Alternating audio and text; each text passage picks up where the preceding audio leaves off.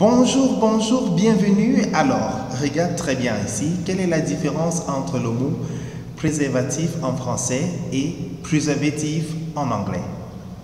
Préservatif fait référence à ceci, tandis que préservatif fait référence à cela. Si on veut dire préservatif en anglais, on va plutôt dire condom. Et préservatif, vous voyez, ça correspond à quoi? Regardez tous ces trucs qui sont à côté de la pomme. Donc, préservatif, ça fait plutôt référence à conservateur. Donc, vous voyez comme sur la pomme ici, les différents produits qu'on met pour conserver les aliments. C'est ça, conservateur, qu'on appelle plutôt en anglais préservatif. Donc, si vous avez un rencard et que vous voulez acheter le matériel nécessaire à la pharmacie, n'allez pas dire « Please give me a préservatif ». Là, vous allez tout garder. Lorsque vous regardez donc préservatif et préservatif, ils se ressemblent, n'est-ce pas? Comment est-ce qu'on appelle ce type de mots? Bien entendu, on les appelle les faux amis.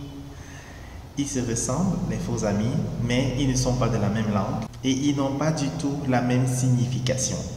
Aujourd'hui, nous allons voir 5 exemples de faux amis français, anglais et on y va dans 3, 2, 1, c'est parti. Le premier, nous avons glace et glace. On a glace en français fait référence à ceci. Une délicieuse glace. Qui n'aime pas la glace? Et glace en anglais qui fait référence à cela. Alors, glace en français va nous donner donc en anglais ice, tandis que glace en anglais va nous donner verre. En deuxième position, on a pain en français et pain en anglais. Ça se ressemble, n'est-ce pas? Mais ça n'a rien en commun. Pain fait référence à ceci, tandis que pain en anglais fait référence à cela. Vous voyez déjà la différence.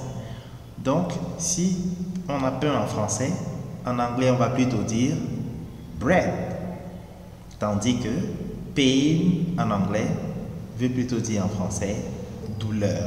Aïe aïe aïe, on voit comment il arrête là, ça fait mal, ça fait mal. Troisième élément, on a crier en français et cry en anglais. Ça se ressemble mais ça n'a rien en commun. Crier fait référence à ceci. Il crie vraiment, on dirait un lion. Cry en anglais fait référence à cela. Un homme qui pleure comme ça doit être grave. On dit en Afrique que les hommes ne pleurent pas en public. Quand ils pleurent, ça veut dire que c'est grave. Parfait. Crier en anglais, c'est plutôt shout. Tandis que cry en anglais veut dire en français pleurer. Pleurer. Pleurer comme lui. Mais on ne veut pas pleurer. On continue. Numéro 4, on a figure en français et figure en anglais. Alors, figure en français fait référence à ceci. Elle est jolie, n'est-ce pas? Tandis que figure en anglais fait référence à cela. Oui, ce que vous voyez en figure en anglais se dit plutôt face. Lorsque vous dites figure en anglais, ça correspond plutôt en français à chiffres. On a les chiffres et les lettres. Donc, les chiffres, figures. Numéro 5, nous avons médecin en français et médecine en anglais. Médecin en anglais va se traduire doctor, alors que médecine va se traduire en français médicament. Alors, comme tu as regardé cette vidéo jusqu'à la fin, je vais te donner un bonus de faux amis encore sur ce premier épisode. Mais avant cela, sache que il est possible pour toi d'apprendre à parler l'anglais tout seul en utilisant ce livre qui est en promotion à 2000 francs seulement. Contacte 699 86 06 70. Alors découvrons le numéro 6. Nous avons supplier en français et supply en anglais. Ça n'a rien en commun du tout. Supplier fait référence à ceci. La façon dont la fille s'y est fâchée, c'est sûr que le gars s'y a fait fort.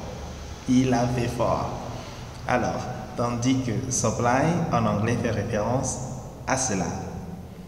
On voit le camion avec les vivres et il vient pour ravitailler. Donc, vous voyez déjà que c'est deux choses différentes. Supplier, donc, en anglais correspond à, lorsqu'on dit supplier, on traduit en anglais to beg, tandis que to supply, en anglais, lorsqu'on traduit cela en français, ça nous donne approvisionner, comme ce camion approvisionne en vivres frais. As-tu été bien attentif? Regarde ce petit exercice pour toi. Quelques secondes, on va faire une petite révision. Complète correctement en utilisant l'un des mots anglais évoqués dans cette vidéo. Regardons la première phrase. Please give me a dash. I would like to drink some water. Vous devez choisir entre glace et ice.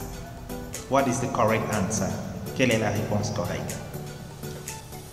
Glace. Très bien. Deuxième phrase. Second sentence. In the morning, I usually eat dash and chocolate. On doit choisir entre pain or bread. And the correct answer is bread. Correct. Number 3, numéro 3. My friend is not married. He doesn't want to catch HIV/AIDS, so he uses a dash during every sexual intercourse. Est-ce que c'est preservative? Est-ce que c'est condom? Is it preservative or condom? And the correct answer is, la réponse correcte c'est condom. Très bien. Alors, merci d'avoir regardé cette vidéo sur les faux amis. D'autres vidéos viendront encore pour t'aider à éviter ces petites erreurs lorsque tu t'exprimes en français et en anglais. Si tu ne t'es pas encore abonné sur Prescholar officiel, abonne-toi pour plus de vidéos éducatives sur ma chaîne YouTube. On se retrouve à très bientôt. Ciao, ciao!